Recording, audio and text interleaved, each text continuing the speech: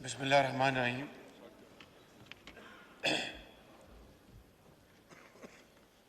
قابل احترام جناب اسپیکر، انتہائی قابل احترام مخلوط حکومت کے زعماء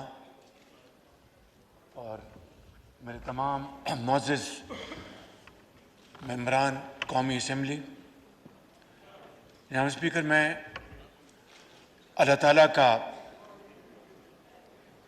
لاکھ لاکھ شکر ادا کرتا ہوں کہ آج ایک مرتبہ پھر اس معزز ایوان نے جناب بلاول بھٹو صاحب کی موشن پر مجھ ناچیز کو ایک مرتبہ پھر عزت سے نوازا اور 180 ووٹوں سے مجھے یہاں پر اعتماد کا ووٹ دلوایا۔ میں ان سب کا دل کی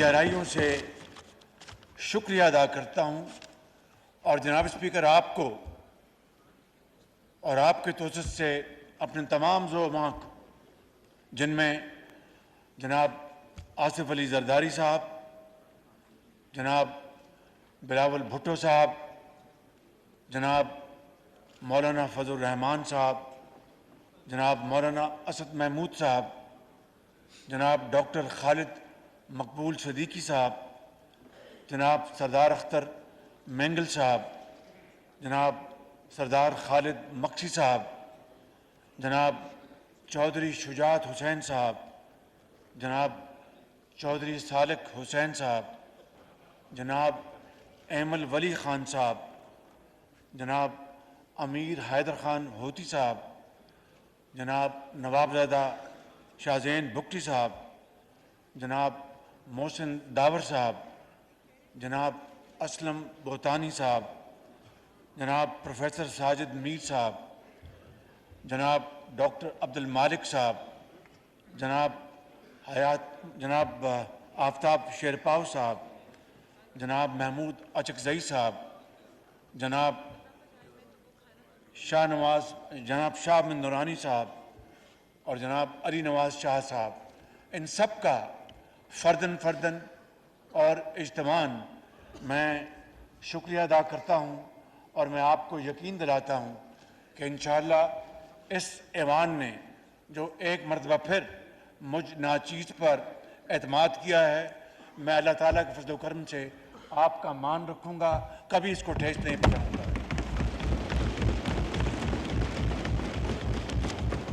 جناب اسپیکر، آج پاکستان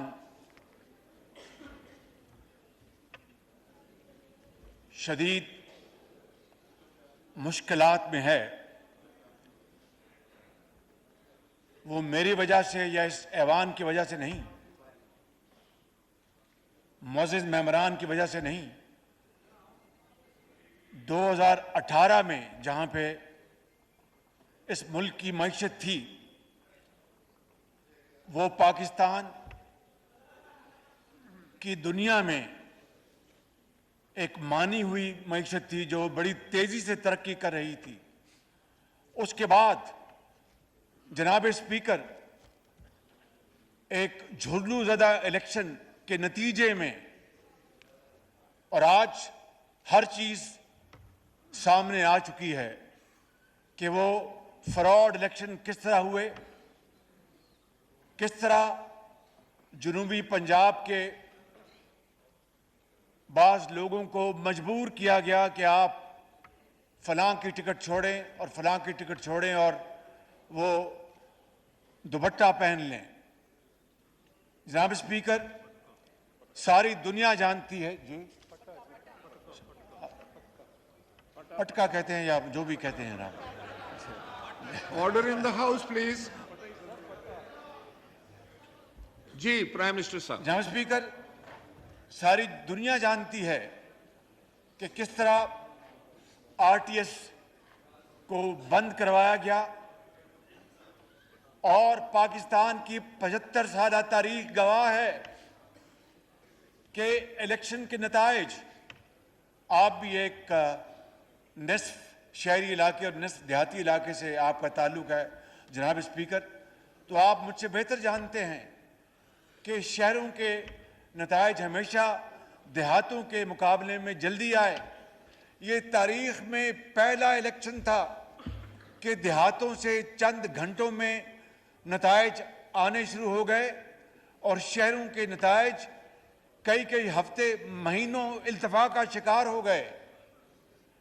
اور جناب اسپیکر، جب گنتی کروانے کے لیے درخواستیں ڈالی گئیں تو ایک شخص تھا جس کا نام تھا ثاقب نثار، اس نے حکم دے دیا کہ مزید گنتیاں عدالتوں میں بند ہوں گی اور اب اس کے بعد کوئی گنتی نہیں ہوگی۔ اس کے علاوہ جناب اسپیکر، کیا کیا دھاندلی کے لیے انتظامات کیے گئے۔ میں سمجھتا ہوں کہ آج جب اس آنریبل ہاؤس نے مجھ پر ایک مرتبہ پھر اعتماد کا اظہار کیا ہے تو جناب اسپیکر، آج میں آپ کو وہ دن یاد دلانا چاہتا ہوں جب اسی فلور پر اس وقت کی حکومت کے نمائندوں نے، خود اس وقت کے وزیر اعظم نے یہ کمٹمنٹ دی تھی کہ جو دھاندلی کا الزام اپوزیشن نے لگایا ہے اس کی پوری تحقیق ہوگی۔ جناب اسپیکر، آج تک اس کی تحقیق نہیں ہوئی، اس کو 5 سال گزرنے کو ہیں۔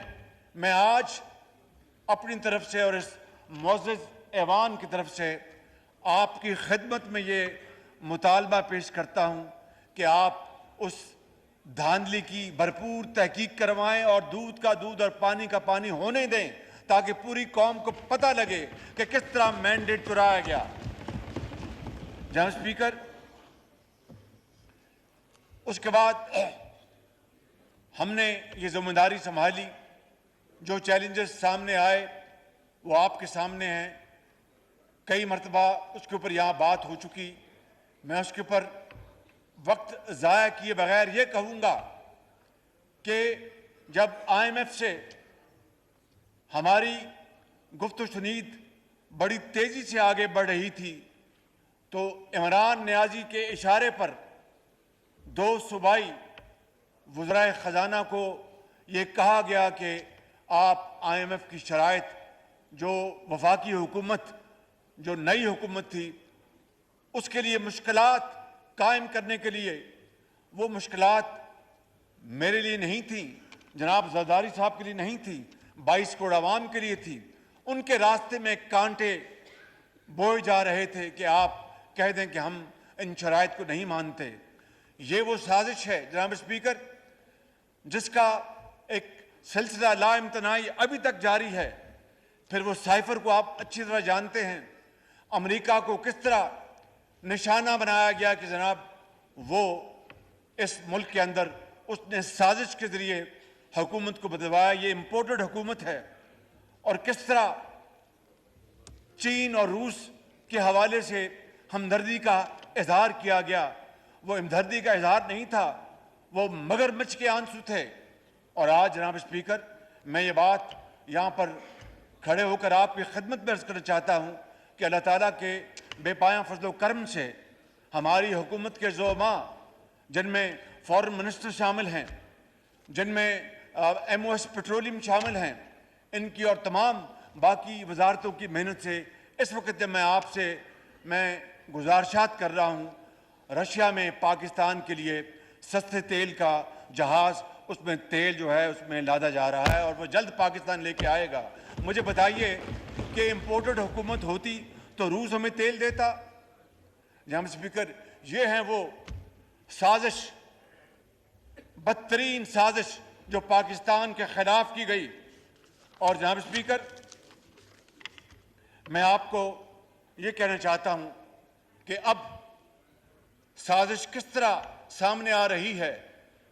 ثاقب نثار اور طارق رحیم کی گفتگو آڈیو جو ان کی کیسٹ ہے وہ لیک ہوئی ہے، وہ سوشل میڈیا پہ آئی، اب تو مین سٹریم میڈیا پہ بھی چل رہی ہے، اور وہ سازش کھل کے سامنے آ گئی کہ وہ ثاقب نثار جس نے جناب speaker election P T I کو جتوانے کے لیے دھاندلی کا ایک بازار گرم کیا، شیخ رشید جس کو میں شیخ حرم کہتا ہوں، اس کے حلقے میں وہ بطور چیف جسٹس نہیں، ان کے پولیٹیکل ایجنٹ بن کے وہاں پر پہنچ گئے۔